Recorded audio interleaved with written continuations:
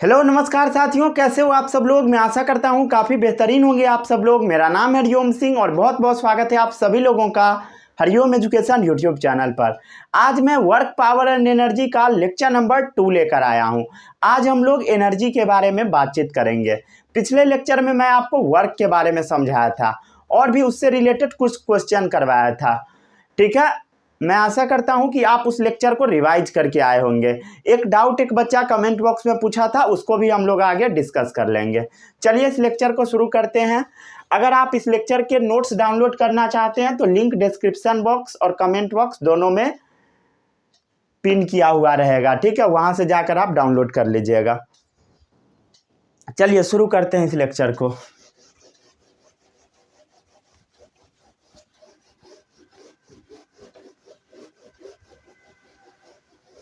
आज हम लोग पढ़ेंगे एनर्जी।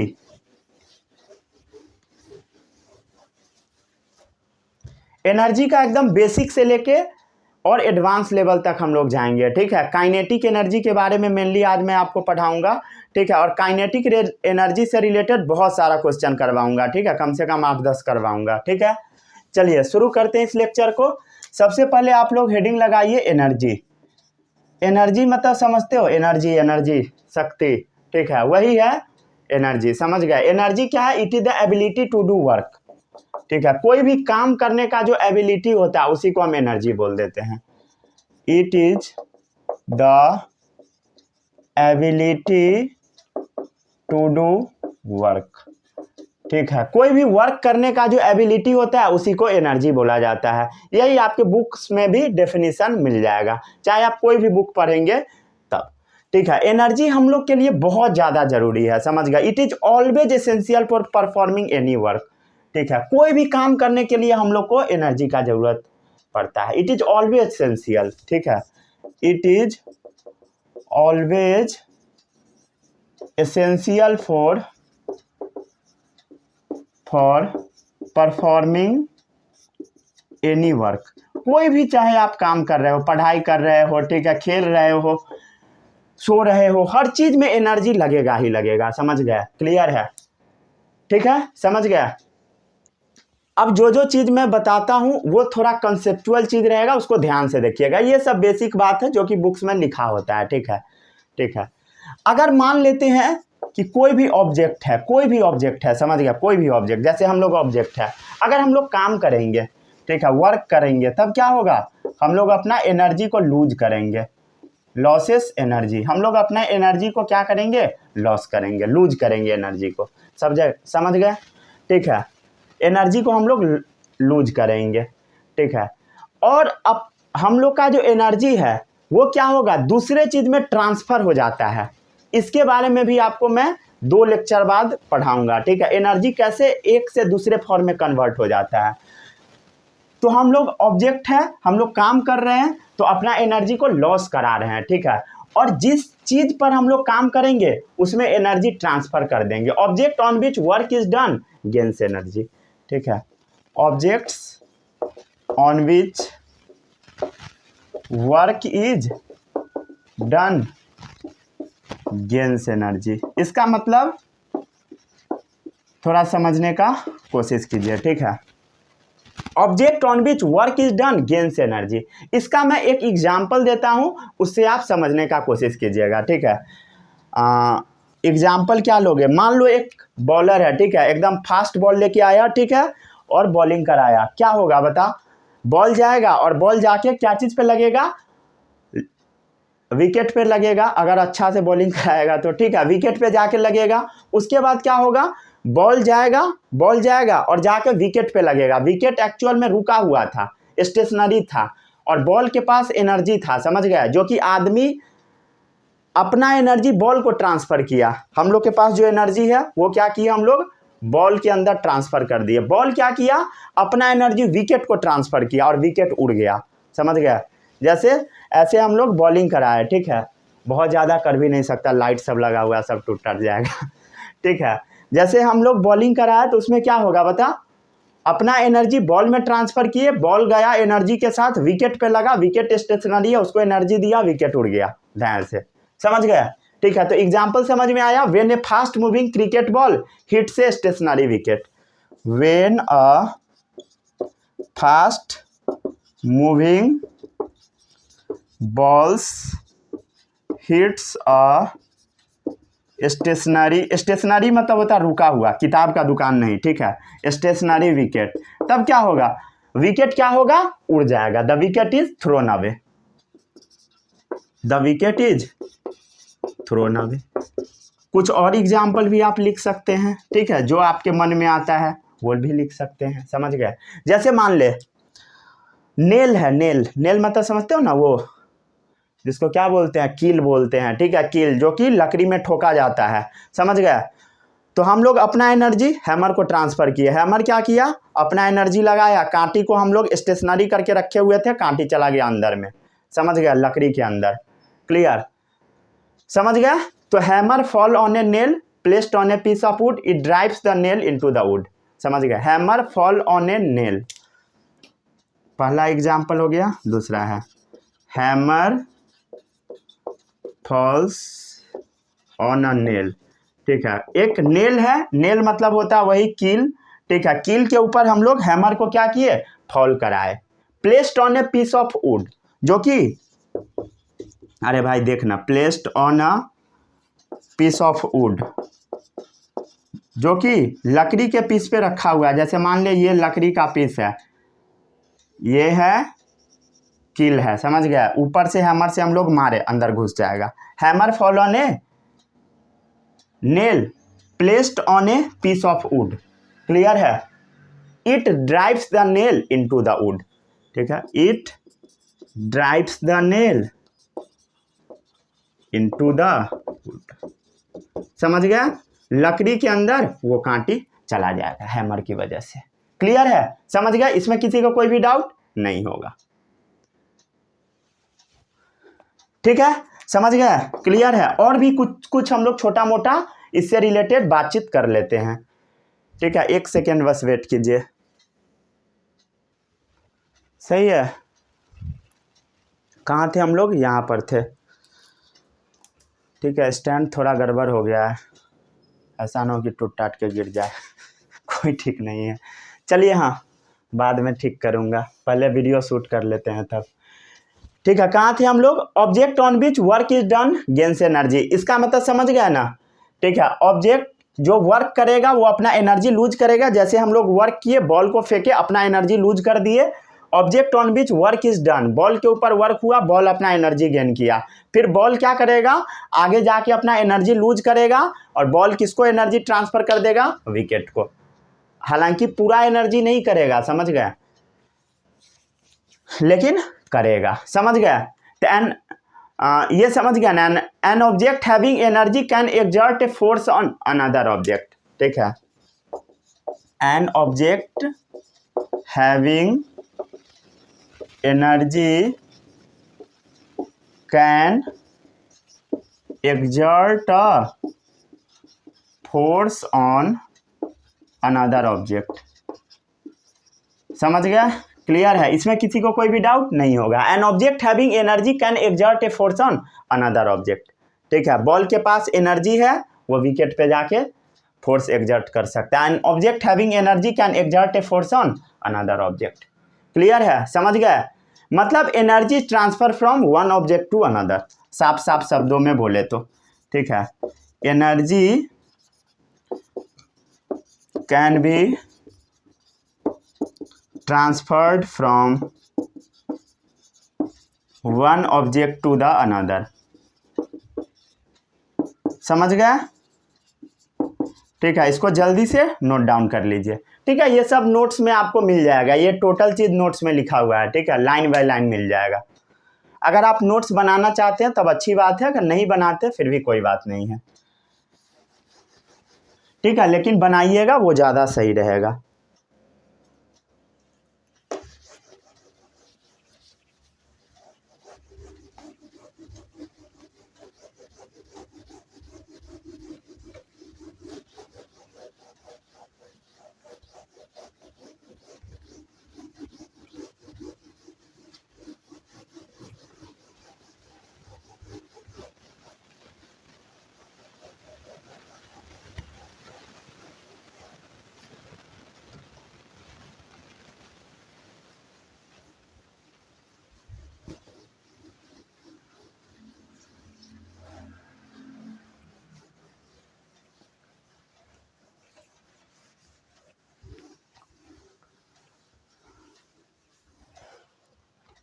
इसमें किसी को कोई भी डाउट नहीं होगा, समझ गया। Energy of an object is measure in term of capacity of doing work, समझ गया। एनर्जी को हम लोग क्या चीज में मेजर करते हैं, काम करने के क्षमता में, समझ गया। Energy of object is measure in term of capacity of doing work. Energy of object can be measured in terms of capacity of doing work, समझ गया, ठीक है। एनर्जी कैसे हम लोग मेजर करते हैं कि काम कितना कर सकता है, काम करने का क्षमता कितना है, उसी में मेजर करते हैं, समझ गया। अब ऐसा यूनिट ऑफ एनर्जी आपसे मैं पूछता हूँ, क्या होता है बता, पता है किसी को, पता होना चाहिए, क्या होता है, जूल ही होता है। जो वर्क का ऐसा यूनिट है वही इसका भी ऐसा यूनिट है। हाँ, एक क्वेश्चन कोई पूछा था, वर्क स्केलर है कि वेक्टर है, मैं बता देता हूँ। वर्क का फॉर्मूला क्या बताया था, बताइए, एफ कॉस थीटा, ठीक है, समझ गया। Work equal to F cos theta. Force क्या है बता, फोर्स क्या है, स्केलर की वेक्टर है, ठीक है, इनटू डिस्प्लेसमेंट क्या है, वेक्टर, समझ गया। कॉस थीटा तो मतलब न्यूमेरिकल वैल्यू होता है, समझ गया। ये आपको कल मैं बताया था, ठीक है, जैसे कॉस 60 30 ये सब का वैल्यू क्या है, न्यूमेरिकल है, समझ गया, ठीक है। मतलब वेक्टर इनटू वेक्टर, ठीक है, ये ना एक्चुअल में स्केलर बन जाता है, ठीक है। ये क्या बन जाता है, स्केलर। ऊपर से हम आपको बता रहे हैं, ठीक है। इसके बारे में और डिटेल में आप पढ़िएगा कहाँ पे, क्लास 11th में, क्लास 11th के बेसिक मैथ्स में, ठीक है। और मैं इससे ज़्यादा आपको नहीं बताऊंगा, नहीं तो आप बहुत ज़्यादा कंफ्यूज हो जाएंगे, ठीक है। बस आपको इतना याद रखना है, वेक्टर इनटू वेक्टर स्केलर बन जाता है, समझ गया। इतना बस दिमाग में रखिएगा, ठीक है। और ये भी याद रखिएगा, वर्क स्केलर क्वांटिटी है, समझ गया, ठीक है। इसमें अब कंफ्यूज आपको नहीं होना, बस याद कर लेना है, समझ गया। इसमें रिसर्च करने का कोई ज़रूरी नहीं है, ठीक है। फालतू में पीएचडी इस सब टॉपिक पे नहीं करना है, समझ गया। ये आपको क्लास 11th में पढ़ना ही है। अगर बहुत शौक है तो जाके पढ़ लीजिए, बहुत सारे टीचर्स पढ़ाए होंगे, ठीक है। फालतू में मैं उधर अभी नहीं घुसूंगा, अगर घुस गया तो पूरे परेशान हो जाइएगा, ठीक है। कुछ भी समझ नहीं आएगा, पढ़ना ही छोड़ दोगे, मतलब इधर उधर आपको नहीं करना है, ठीक है। साफ साफ शब्दों में बोले तो, समझ गया। इसमें किसी को कोई भी डाउट नहीं होगा। तो ऐसा यूनिट एनर्जी का क्या होगा, जूल, जो कि वर्क का भी था, समझ गया, क्लियर है। मतलब क्या बोल सकते हैं, 1 joule of energy is required to do 1 joule of work, ठीक है। 1 joule of energy is required to do 1 joule of work, मतलब वर्क एनर्जी बराबर ही समझ रहे हैं हम लोग, समझ गया। 1 joule of energy is required to do 1 joule of work. 1 joule energy का जरूरत पड़ेगा 1 जूल काम करने के लिए, साफ साफ शब्दों में बोले तो। एनर्जी का ऐसा नहीं है कि सिर्फ यूनिट जूल ही होता है, ठीक है, सिर्फ जूल ही नहीं होता, किलो जूल भी होता है, समझ गया। किलो के लिए के वर्ड हम लोग यूज कर देते हैं, किलो मतलब 1000, ठीक है, जूल लगा दीजिए, समझ गया। ये भी अगर बड़ा यूनिट देखोगे तो ये भी होता है एनर्जी का, समझ गया, क्लियर है।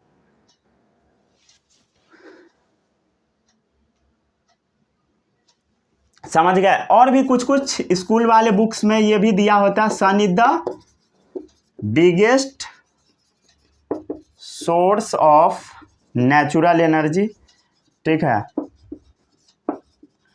समझ गए। सन सबसे बड़ा सोर्स है बिगेस्ट एनर्जी का, समझ गया। और भी एनर्जी का स्रोत है बहुत सारा, ठीक है, और भी बहुत सारा स्रोत है एनर्जी का।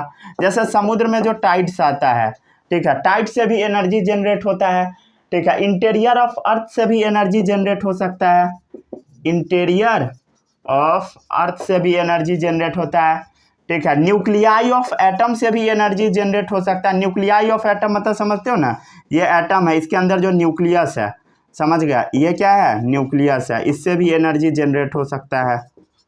कैसे होता है ये सब आपको आगे पढ़ाया जाएगा, ठीक है। सोर्सेस ऑफ एनर्जी चैप्टर में क्लास 10 में पढ़ना है, न्यूक्लियर फ्यूजन और न्यूक्लियर फिजन, ये सब।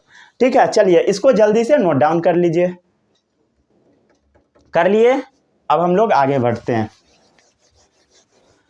अब हम लोग थोड़ा सा जूल के बारे में बातचीत कर लेते हैं, ठीक है, जो कि एनर्जी का यूनिट वगैरह दिए थे, ठीक है, एसआई यूनिट वगैरह दिए थे जूल के बारे में।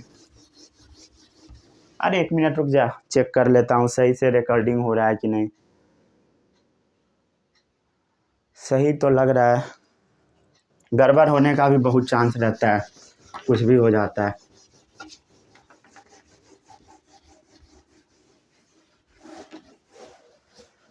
अगर कभी नोट्स वाला लिंक वर्क नहीं करेगा तो आपको कमेंट बॉक्स में बता देना है, ठीक है। और कभी कभी ऐसा भी हो सकता है कि डिस्क्रिप्शन वाला लिंक ना काम करे तो कमेंट बॉक्स से जाकर डाउनलोड कर लीजिएगा नोट्स को, ठीक है। ये भी मैं प्रॉब्लम देखा, ठीक है, ये भी प्रॉब्लम फाइंड आउट किया। हालांकि सॉर्ट आउट करने का कोशिश करूँगा, बट थोड़ा अभी मेहनत कीजिएगा इधर उधर। अब मेहनत क्या है भाई चलो हाँ, आगे बढ़ते हैं। अब हम लोग बात कर लेते हैं थोड़ा सा जेम्स प्रेस्कॉट जूल के बारे में, समझ गया, जो कि जूल के बारे में बताए थे, ठीक है। एनर्जी का जो यूनिट आप पढ़ रहे थे ना अभी, एनर्जी का वर्क का, वो जेम्स प्रेस्कॉट जूल के द्वारा ही दिया गया है। ये एक फिजिसिस्ट थे, ठीक है। कहाँ के थे? ब्रिटिशर थे, ठीक है, ब्रिटिश फिजिसिस्ट, समझ गया, ब्रिटिशर थे, ठीक है। Unit of energy and work इन्हीं के नाम पर दिया गया है। Unit of energy and work इन्हीं के नाम पर दिया गया है। क्या चीज है बता? जूल, समझ गया, क्लियर है, इसमें किसी को कोई भी डाउट नहीं होगा। ये और भी काम किए थे, जैसे वेरीफाई किए थे law of conservation of energy, law of conservation of mass नहीं, एनर्जी, ठीक है। Law of conservation of energy next lecture में आपको मैं पढ़ाऊंगा, अगले लेक्चर में, समझ गया। उसको भी ये वेरीफाई किए थे, क्लियर है। और भी ये बहुत सारा रिसर्च भी किए थे, ठीक है। ये रिसर्च क्या चीज़ में किए थे? रिसर्च किए थे इलेक्ट्रिसिटी के ऊपर बहुत सारा, ठीक है, थर्मोडाइनमिक्स के ऊपर किए, ठीक है, थर्मोडाइनमिक्स। देखो थर्मोडाइनमिक्स आपको चैप्टर सी पढ़ना है, ठीक है। ये चैप्टर कहाँ पढ़ना है? क्लास 11th में पढ़ना है। 11th के फिजिक्स में पढ़ना है और केमिस्ट्री दोनों में पढ़ना है, समझ गया। क्लास 11th फिजिक्स में भी थर्मोडाइनमिक्स है और केमिस्ट्री में भी है, समझ गया। तो वहाँ पर ये सब आपको पढ़ना है, क्लियर है। अब हम लोग देखते हैं फॉर्म्स ऑफ एनर्जी। एनर्जी कितने फॉर्म के होते हैं, कितने टाइप्स के होते हैं? Forms of energy. तो एनर्जी भाई बहुत सारा टाइप्स का होता है, ठीक है, ये सब तो आपको पता होगा, जैसे heat energy, chemical energy, electrical energy. Heat energy हो गया, इलेक्ट्रिकल एनर्जी हो गया, इलेक्ट्रिकल एनर्जी हो गया, साउंड एनर्जी हो गया, साउंड एनर्जी हो गया, लाइट एनर्जी हो गया, ठीक है, बहुत सारा टाइप है एनर्जी का। लाइट एनर्जी हो गया, ठीक है। और भी देख सकते हैं हम लोग, जैसे देख लो पोटेंशियल एनर्जी हो गया, जिसके बारे में हम लोग अगले लेक्चर में बात करेंगे, पोटेंशियल एनर्जी, ठीक है। उसके बाद आएगा काइनेटिक एनर्जी, जिसके बारे में आज हम लोग बातचीत करेंगे, काइनेटिक एनर्जी के बारे में। और भी है, जैसे मैकेनिकल एनर्जी हो गया, मैकेनिकल एनर्जी, ठीक है। मैकेनिकल एनर्जी क्या होता है पता है? Potential energy plus kinetic energy. Potential energy को पी लिख देते हैं, काइनेटिक एनर्जी को के। तो मैकेनिकल एनर्जी क्या होगा? Potential energy plus kinetic energy. इसके बारे में भी आपको अगले लेक्चर में मैं पढ़ाऊंगा, ठीक है। ये सब बस हेडिंग लिख दिया, समझ गया, क्लियर है। और भी बहुत सारा है, हीट हो गया, इलेक्ट्रिकल हो गया, साउंड हो गया, ठीक है, लाइट हो गया, केमिकल हो गया, ठीक है, पोटेंशियल हो गया, काइनेटिक हो गया, मैकेनिकल हो गया, ठीक है, बहुत सारा एनर्जी है। केमिकल एनर्जी भी आपको पढ़ना है, chemical energy, chemical energy. Sound energy भी पढ़ना है, ठीक है, साउंड एनर्जी। साउंड एक चैप्टर शायद पढ़ना है क्लास 9th में, हाँ पढ़ना है, शायद नहीं पढ़ना ही है, हाँ पढ़ना है साउंड चैप्टर, ठीक है, क्लियर है। इसमें किसी को कोई भी डाउट नहीं होगा। चलिए अब हम लोग आगे बढ़ते हैं, ठीक है। इतना सारा चैप्टर सब है ना पूरा कंफ्यूज रहता हूँ कौन सा चैप्टर किस क्लास में। हालांकि बहुत सारा याद भी रहता है, पर थोड़ा बहुत इधर उधर कभी कभी हो जाता है। चलिए हाँ, अब आगे बढ़ते हैं हम लोग।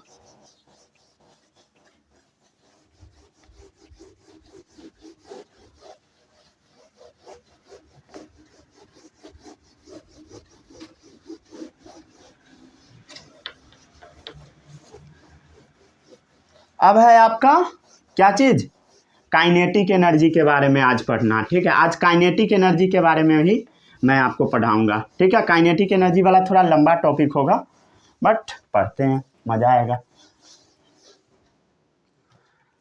हेडिंग डालिए कॉपी में, काइनेटिक एनर्जी। काइनेटिक एनर्जी, ठीक है, नाम आप जरूर सुने होइएगा। ठीक है, नाम आप जरूर सुने होइएगा काइनेटिक एनर्जी का। The energy which is possessed by an object due to its motion. The energy possessed by an object due to its motion is known as kinetic energy. कोई भी ऑब्जेक्ट मोशन कर रहा है, कोई भी object motion कर रहा है, जैसे गन से हम लोग बुलेट निकाले। ठीक है, तो बुलेट क्या है, बुलेट मतलब गोली, गोली चला तो गोली क्या कर रहा है, मोशन कर रहा है, तो उसके अंदर क्या होगा, बहुत ज़्यादा एनर्जी होगा, उसी को बोलते हैं kinetic energy. The energy possessed by an object due to its motion known as kinetic energy. समझ गया। अब आता है कि इसका एसआई यूनिट क्या है, तो इसका भी एसआई यूनिट क्या है, एनर्जी है तो क्या होगा, जूल होगा, स्वाभाविक सा चीज़ है, क्या होगा, जूल होगा। क्लियर है, समझ गए, क्लियर। अब आता है कि काइनेटिक एनर्जी का फॉर्मूला क्या होता है, तो इसका फॉर्मूला होता है half into mass into velocity square, जहाँ पे क्या है बता, एम क्या है, मास। इससे रिलेटेड बहुत सारा क्वेश्चन करवाऊंगा, मास ऑफ ऑब्जेक्ट। ठीक है, मास ऑफ ऑब्जेक्ट क्वेश्चन करवाऊंगा तो और अच्छे से क्लियर हो जाएगा। ठीक है, भी क्या है, वो वेलोसिटी जिससे वो चलेगा, समझ गए, यूनिफॉर्म वेलोसिटी जिससे वो मूव करेगा, यूनिफॉर्म वेलोसिटी जिससे वो ऑब्जेक्ट मूव करेगा। क्लियर है, इसमें किसी को कोई भी डाउट नहीं होगा, क्या डाउट होगा, कुछ भी नहीं, समझ गए, क्लियर है, क्लियर है ना। चलिए अब एक चीज मैं आपको बताता हूं। ठीक है, ये एक चीज सीखो। ठीक है, कोई भी चीज जैसे काइनेटिक एनर्जी है, इधर वाला चीज एलएचएस वाला, ठीक है, और आरएचएस वाला, ये पता है ना, जो लेफ्ट साइड में होता है उसको एलएचएस बोलते हैं। रुक जा, ये क्या है, एलएचएस है, समझ गया, और ये है आपका RHS. RHS right hand side, left hand side LHS, समझ गया। तो जो एलएचएस वाला है, समझ गया, और आरएचएस वाला है, इसमें एक रिलेशन होता है। क्या रिलेशन होता है वो समझो। जैसे ये काइनेटिक एनर्जी है, ठीक है, और जो भी ऊपर में लिखा हुआ है वो ना, ये और ये दोनों एक साथ रिलेटेड होगा। मतलब अगर काइनेटिक एनर्जी बढ़ेगा ना तो ये भी बढ़ेगा, समझ गया। अगर ये काइनेटिक एनर्जी बढ़ेगा तो वेलोसिटी भी बढ़ेगा, अगर ये कमेगा तो ये भी कमेगा, ये कमेगा तो ये भी कमेगा, समझ गए। ठीक है, क्लियर। अरे समझ में आ रहा है कि नहीं, समझो। जैसे मान ले ए इक्वल टू, ठीक है, बी सी बाई डी, समझ गया, A equal to B C by D. तो ये क्या है बता, ये क्या है, लेफ्ट हैंड साइड, ये है राइट हैंड साइड। तो यहाँ पर जो ए है ना, ए ये ना बी से डायरेक्टली रिलेटेड है। डायरेक्टली रिलेटेड के लिए हम लोग ये साइन का यूज करते हैं, इसको बोलते हैं डायरेक्टली रिलेटेड। ठीक है, क्या बोलते हैं, डायरेक्टली रिलेटेड या डायरेक्टली प्रोपोर्शनल। ठीक है, डायरेक्टली प्रोपोर्शनल मतलब ये अगर बढ़ेगा, अगर ये ए बढ़ेगा तो बी भी बढ़ेगा। ठीक है, ए और सी भी डायरेक्टली प्रोपोर्शनल में है, क्योंकि ये ऊपर में है, ये भी ऊपर में, ये भी ऊपर में, समझ गया। और ए जो है, ए ये ना डी से इन्वर्सली प्रोपोर्शनल में है, क्योंकि डी नीचे में है। ये नया कॉन्सेप्ट है, ठीक है, इसको ध्यान से सीखो। इन्वर्सली के लिए 1/, हम लोग यूज करते हैं, जैसे 1/d हो गया, इसको हम क्या पढ़ते हैं, inversely proportional. Inversely proportional, inversely proportional का मतलब होता है अगर ये वाला बढ़ेगा, समझ गए, तो ये वाला घटेगा, ये बढ़ेगा तो ये घटेगा, ये घटेगा तो ये बढ़ेगा, समझ गए। चलो अब इधर ध्यान दो। जैसे देख लो, काइनेटिक एनर्जी डायरेक्टली किसके होगा, मास से, समझ गया। काइनेटिक एनर्जी डायरेक्टली होगा मास के, काइनेटिक एनर्जी डायरेक्टली होगा वेलोसिटी के स्क्वायर से, समझ गया, क्लियर है। इसको याद रखिएगा, इसको मैं डब्बा में बना के लिख देता हूं, लेकिन इसको याद रखिएगा, बहुत ज़्यादा काम देगा, समझ गए। मैं आशा करता हूं कि आपको अभी तक आता ही होगा, नहीं आता है तो जान लीजिए, समझ गए। क्लियर है? ठीक है, kinetic energy of an object increases with its speed. ये क्वेश्चन सीधा सीधा ओलंपियाड एग्जाम में पूछा गया है। ठीक है, सीधा सीधा ये लाइन ओलंपियाड में आया हुआ है। ठीक है, इसलिए इस लाइन को ध्यान से पढ़ लीजिए। Kinetic energy of an object increases with speed. ठीक है, ये जो स्पीड है, ये जो वेलोसिटी है, ये वेलोसिटी अगर आप बढ़ाओगे तो काइनेटिक एनर्जी भी बढ़ेगा। समझ गए? वेलोसिटी बढ़ाओगे तो ये भी बढ़ेगा, क्योंकि दोनों डायरेक्टली रिलेटेड है। कैसे रिलेटेड है? डायरेक्टली प्रोपोर्शनल है। क्लियर? समझ गया? तो kinetic energy of object increases with its speed. ठीक है, अगर मास बढ़ाओगे फिर भी काइनेटिक एनर्जी बढ़ जाएगा। ठीक है, तो काइनेटिक एनर्जी के वजह से ही बुलेट क्या होता है, अपने टारगेट पे जाके लगता है। जैसे गन चलाते हैं ना, जो भी टारगेट रहता है वहां पे जाके पट से लगता है। क्यों लगता है? Due to kinetic energy. बहुत ज्यादा स्पीड में बुलेट चलता है। समझ गए? Due to kinetic energy a bullet fire from a gun can pierce a target. ठीक है, due to kinetic energy a bullet fired from a gun pierce a target. ठीक है, जो भी उसका टारगेट रहता है उसको जाके वो पीस कर देता है या हिट कर देता है। समझ गया? ये सभी एग्जाम्पल दिया होगा। सॉरी, पीस बोल रहा हूँ, पियर्स होता है ना, वही मैं देख रहा था। ठीक है, पियर्स टारगेट होता है। चलिए, हाँ सही है। क्लियर? समझ गया ना? तो क्या होगा बताइए, वो टारगेट में जाके छेद कर देगा। समझ गया? पियर्स कर देगा। क्लियर? चलिए, और भी हम लोग एग्जाम्पल देखते हैं। समझ गए? वो जो नेल है उसके ऊपर हथौड़ा मारते हैं तब। ठीक है, ए मूविंग हैमर। ठीक है, moving hammer drives a nail into the wood. ठीक है, अ मूविंग हैमर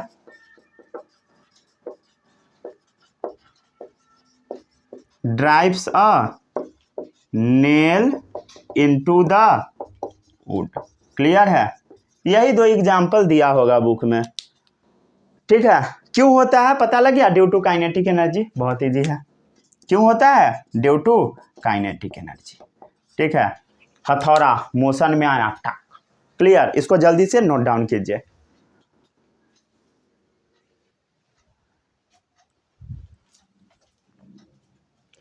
अब हम लोग आगे बढ़ते हैं। ठीक है, आगे अब हम लोग काइनेटिक एनर्जी का फॉर्मूला डिराइव करते हैं। अभी बताया था ना, काइनेटिक एनर्जी हाफ mv²। इसको हम लोग डिराइव करके देखते हैं। ठीक है, डिराइव मतलब होता है निकालते हैं। ये फॉर्मूला आखिर आ कहाँ से गया? ठीक है, एक एक चीज पढ़ाऊंगा। ठीक है, एक भी टॉपिक में स्किप नहीं करूंगा।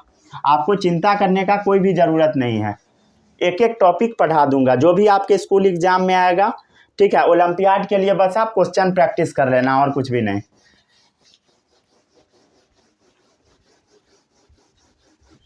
ठीक है, और भी थोड़ा बहुत बुक्स लगा सकते हो ओलंपियाड के लिए, लेकिन बेसिक कॉन्सेप्ट यही रहेगा। समझ गया? एग्जाम्पल सभी यही सीधा सीधा पूछता है, और स्कूल में तो काफ़ी है, सफिशियंट है। स्कूल के लिए तो बहुत ज़्यादा है लेक्चर है। चलिए, हाँ अब हम लोग आगे बढ़ते हैं। अब हम लोग देखेंगे क्या चीज? Derivation of formula of kinetic energy.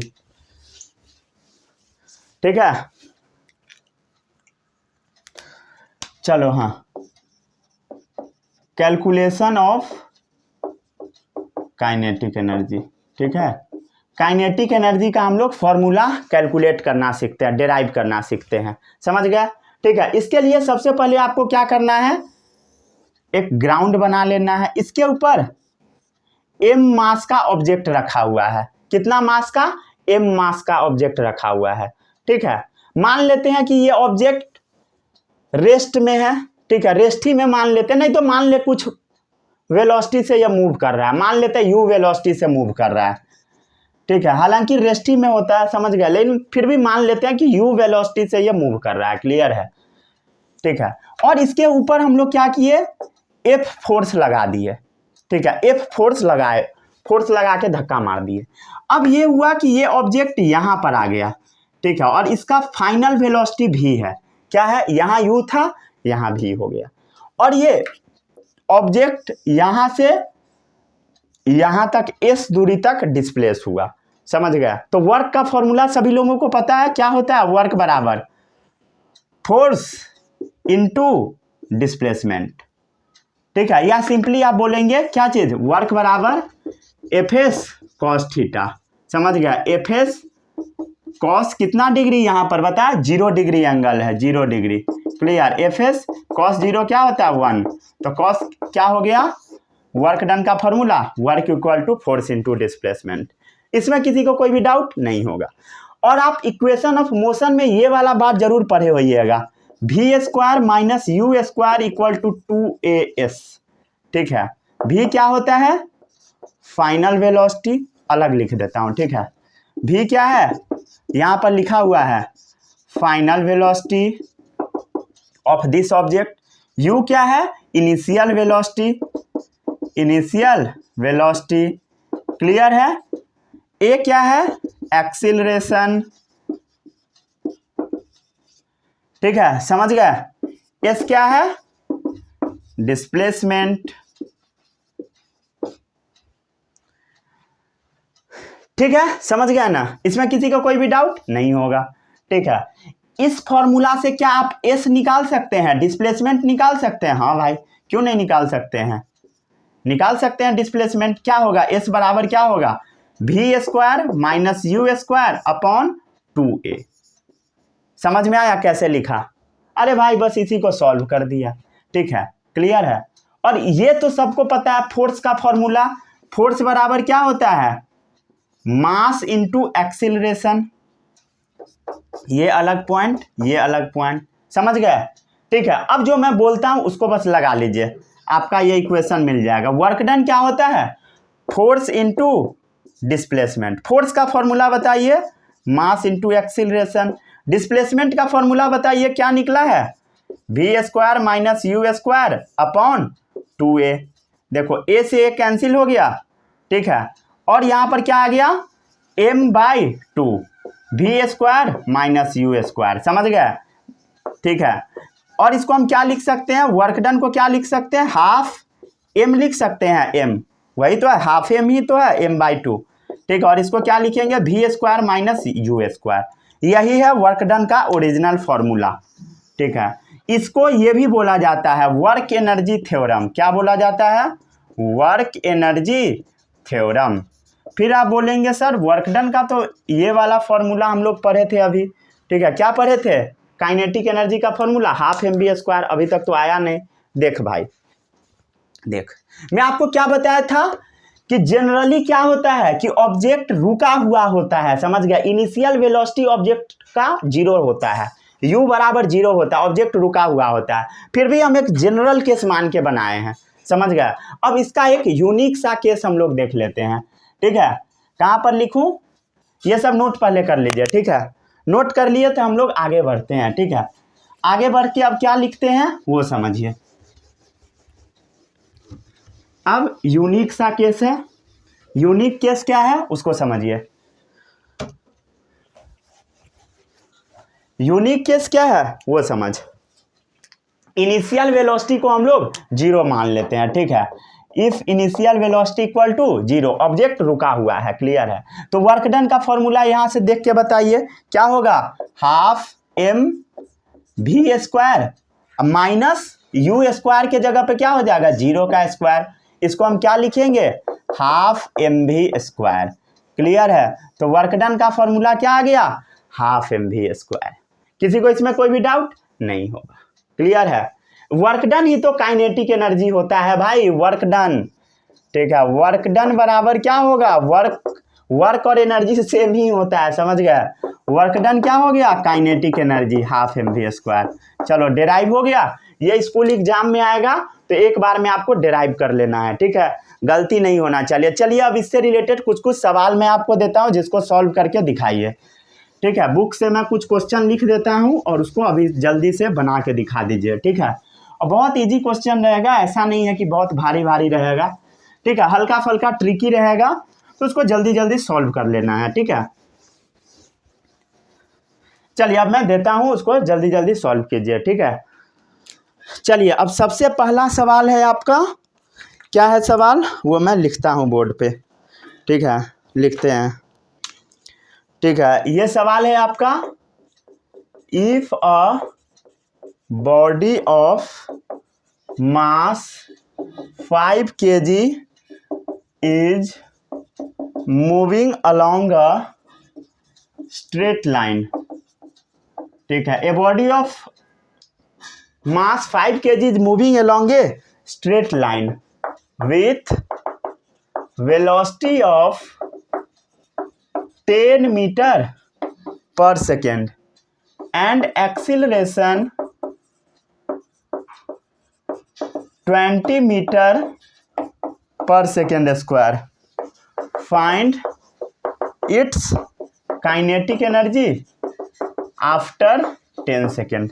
चलिए इस सवाल को जल्दी से सॉल्व कीजिए, ठीक है, ध्यान से देखिए, बन जाएगा, ठीक है। इफ ए बॉडी ऑफ मास कितना है 5 kg, जो दिया हुआ है मैं लिख देता हूं, is moving along a straight line, सीधा रास्ते पर चल रहा है, वेलोसिटी कितना है with initial velocity of 10 metre per second. If a body of mass 5 kg is moving along a straight line with velocity of 10 metre per second, इसका acceleration कितना है 20 मीटर पर सेकेंड स्क्वायर। अब पूछ रहा है आपसे काइनेटिक एनर्जी इसका क्या होगा, तो काइनेटिक एनर्जी कैसे निकलेगा, सॉल्व कर लीजिए, ठीक है। काइनेटिक एनर्जी का फॉर्मूला क्या होता है, हाफ mv²। और यहाँ पर ध्यान से देखिए, क्या यहाँ पर मास है, क्या यहाँ पर भी है, भी नहीं है, मतलब भी हमको निकालना पड़ेगा, ठीक है। मतलब पहले आपको क्या करना पड़ेगा बताइए, भी निकालना पड़ेगा, पहले क्या निकालना पड़ेगा, भी निकालना पड़ेगा।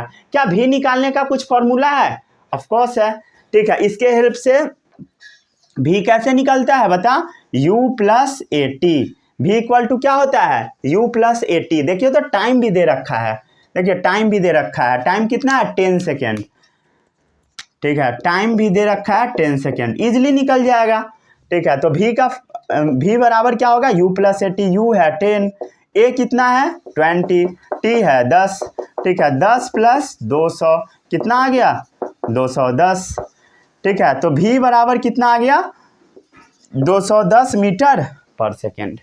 समझ गए, क्लियर है, इसमें किसी को कोई भी डाउट नहीं होगा।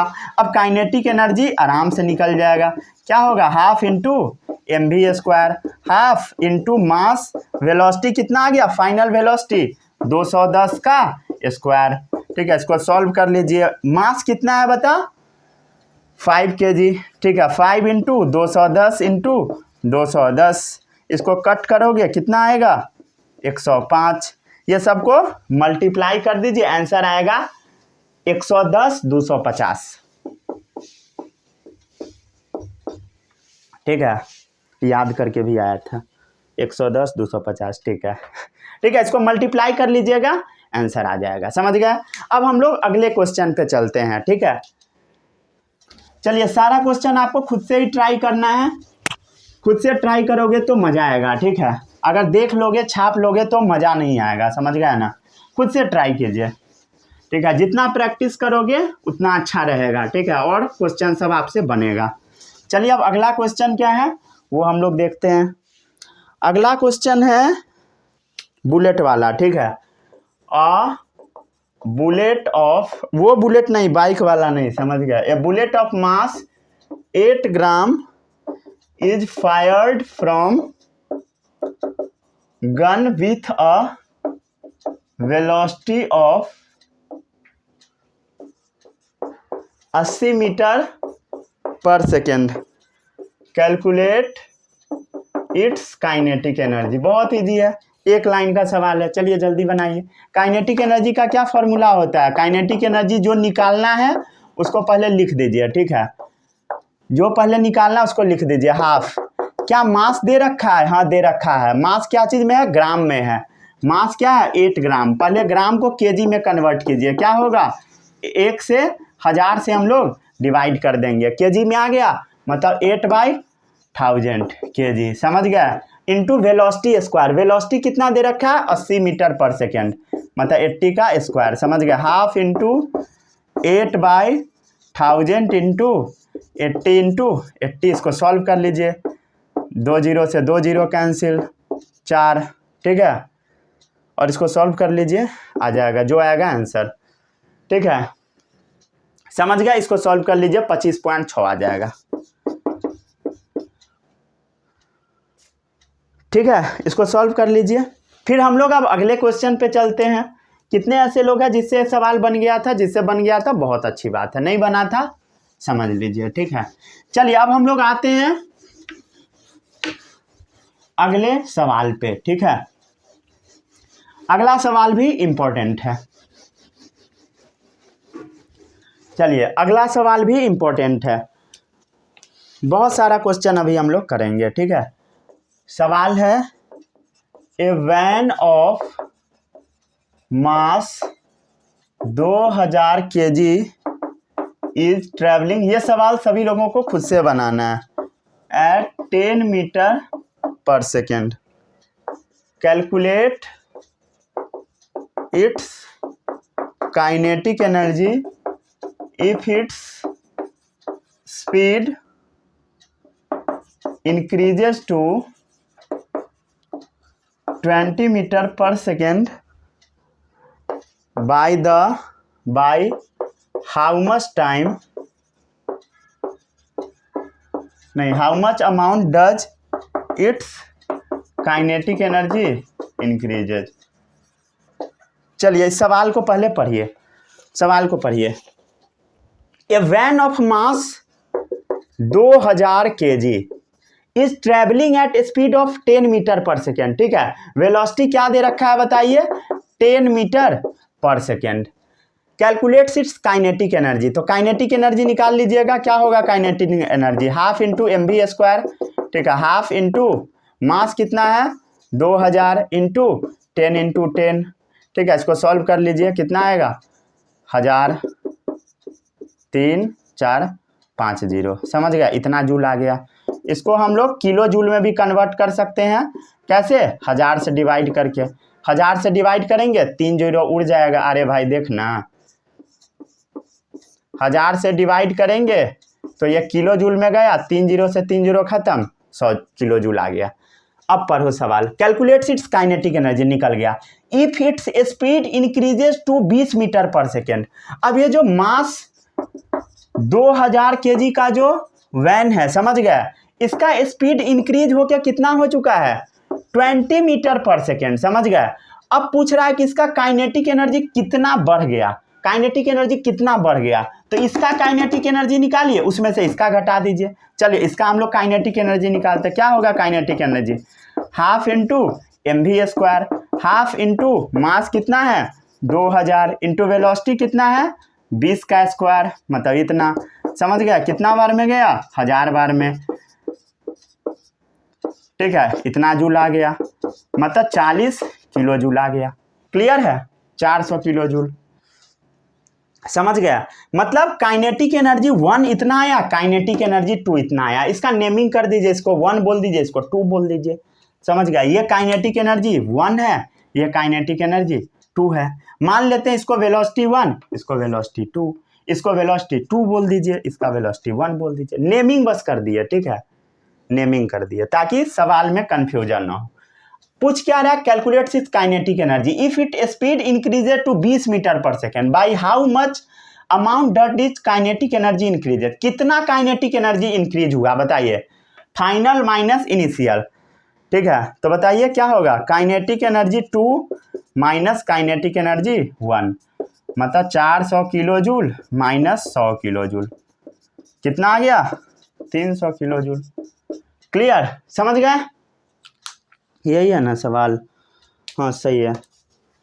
चलिए और भी हम कुछ कुछ सवाल के ऊपर बातचीत करते हैं, ठीक है। नोट कर लीजिए जल्दी से। सही है? वीडियो बन रहा है ठीक ठाक? हाँ ठीक है। चलिए अब हम आते हैं एक इम्पोर्टेंट कॉन्सेप्ट के ऊपर, ठीक है।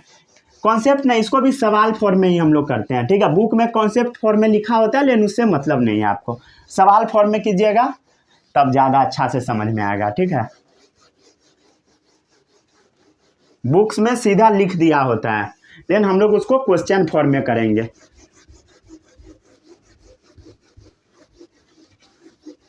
ठीक है, चलिए एक छोटा सा हेडिंग है,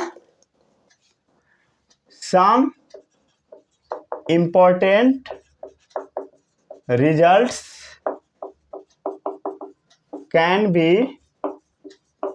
derived from formula kinetic energy equal to half mv²। ठीक है, इससे पहले एक बार मैं फिर से इसको रिवाइज करा देता हूँ। ठीक है, एक बार फिर से इसको रिवाइज पहले करा देता हूँ। बता, काइनेटिक एनर्जी का फॉर्मूला क्या होता है? Half mv²। ठीक है, हाफ mv²। काइनेटिक एनर्जी किससे डायरेक्टली रिलेटेड होगा? किससे डायरेक्टली रिलेटेड? मास से। ठीक है, काइनेटिक एनर्जी किससे डायरेक्टली रिलेटेड होगा? वेलोसिटी स्क्वायर से। अब इससे रिलेटेड हम लोग सवाल करते हैं, जैसे सवाल नंबर 1।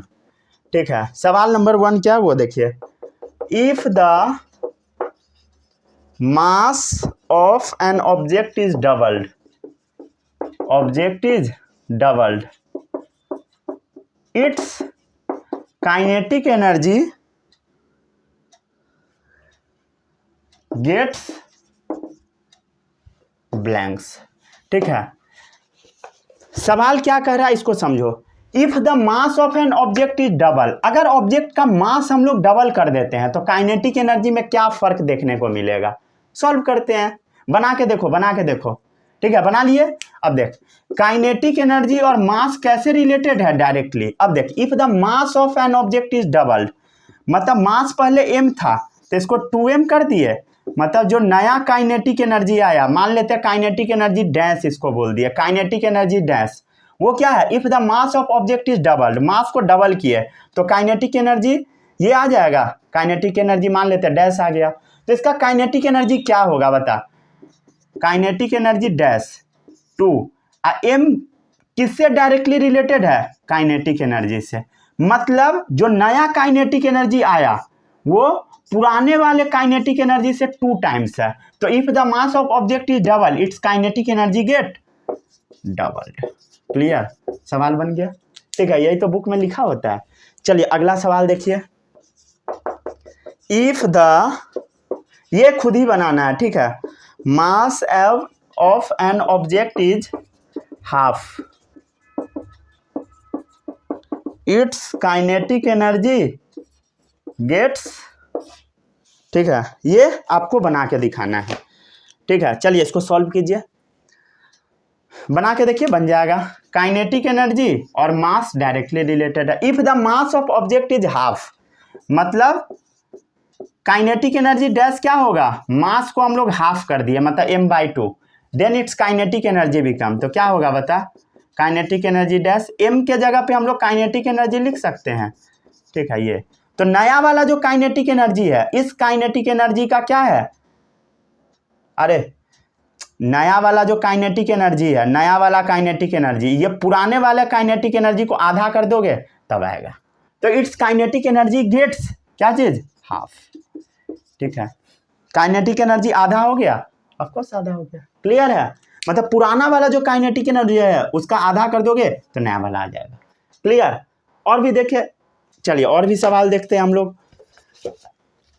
अब आपको खुद ही बनाना है। ठीक है,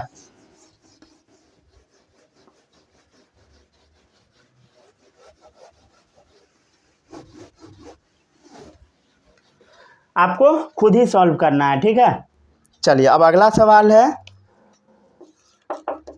if the speed of an object is doubled, its kinetic energy becomes dash. 1 minute रुक जाइए, इसका हाँ मिल गया। ठीक है, if the speed of an object is double, अगर स्पीड को हम लोग डबल कर दिए, स्पीड वाला रिलेशन देखिए, डायरेक्टली स्क्वायर है, समझ गया। If the speed of an object is doubled, its kinetic energy becomes. खुद से सॉल्व कीजिए, नहीं हुआ तो मैं करता हूं। स्पीड को डबल कर दिए, मतलब v के जगह पर 2v कर दिए, समझ गया। काइनेटिक एनर्जी डैश क्या आएगा बता? क्या आएगा? 2v का स्क्वायर क्या होगा? 4v square.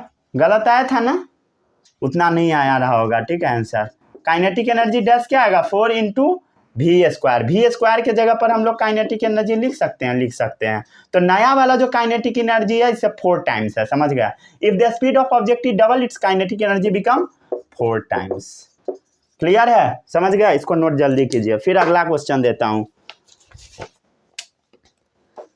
क्या लिखे थे 2 टाइम्स? साफ हो भाई, साफ, ठीक है।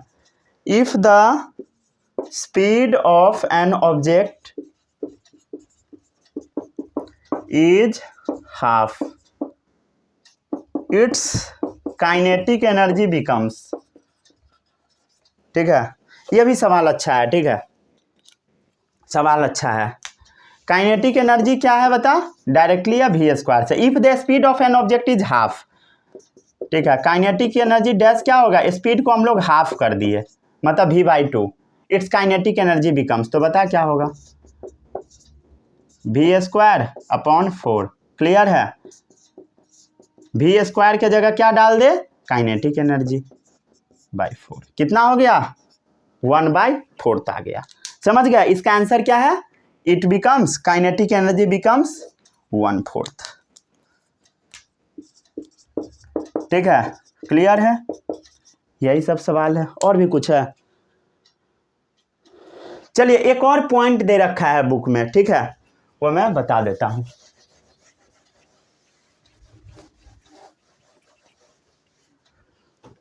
क्या है,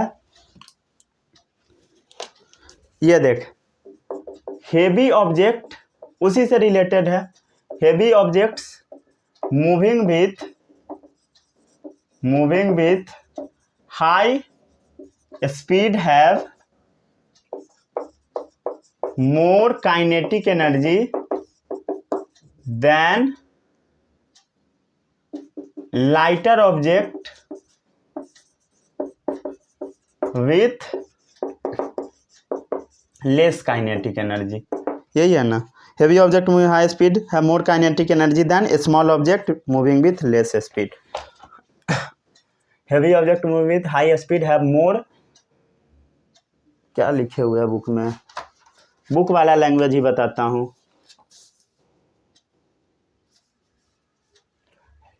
heavy object moving with high speed have more kinetic energy than small object कर दीजिए, ठीक है, लाइट ऑब्जेक्ट के जगह पे small object with less energy. बात वही है, ठीक है, बुक वाला लैंग्वेज ज़्यादा सही रहेगा। स्मॉल लिख दिया, लाइट मतलब बहुत छोटा हो जाएगा, ठीक है, इसलिए स्मॉल ठीक है। तो मान लो कोई हेवी ऑब्जेक्ट है, ठीक है, जिसका मास बहुत ज़्यादा, जिसका वेलोसिटी बहुत ज़्यादा, जैसे ट्रक, ठीक है, मास बहुत ज़्यादा, वेलोसिटी बहुत ज़्यादा, तेज़ी में चल रहा है, कहीं पे धक्का मारेगा तो क्या होगा, सबको बर्बाद कर देता है, समझ गया, खुद भी मर जाता है। और एक इधर से एकदम तेज ट्रक आ रहा है, उधर से आ रहा है, ठीक है, तो इसका काइनेटिक एनर्जी क्या, बहुत ज़्यादा, मास बहुत ज़्यादा, वेलोसिटी बहुत ज़्यादा, उधर से भी आ रहा है, कोलाइड करता, बहुत आदमी मर जाता है, समझ गया। अब वही जब छोटा मोटा चीज टकराएगा जिसका मास बहुत कम है, ठीक है, अब वेलोसिटी बहुत कम है, जैसे मान लो इसको हम लोग ऐसे रखा हुआ है, इसका मास बहुत कम है, वेलोसिटी बहुत कम है, इसे टकराएगा, कुछ होगा, कुछ नहीं होगा, ठीक है। तो वही लिखा हुआ है, heavy object moving with high speed have more kinetic energy than a small object with less speed, ठीक है, than a small object moving with, ये भी लिख दो, मूविंग विथ लेस एनर्जी। अरे रुक जा भाई,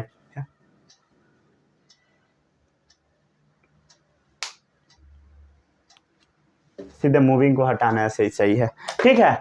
चलिए मिलते हैं हम लोग अगले लेक्चर में, वहां पर हम लोग पोटेंशियल एनर्जी के बारे में बातचीत करेंगे और उससे रिलेटेड बहुत सारा क्वेश्चन भी करेंगे। तब तक के लिए all the best, bye bye, जय हिंद।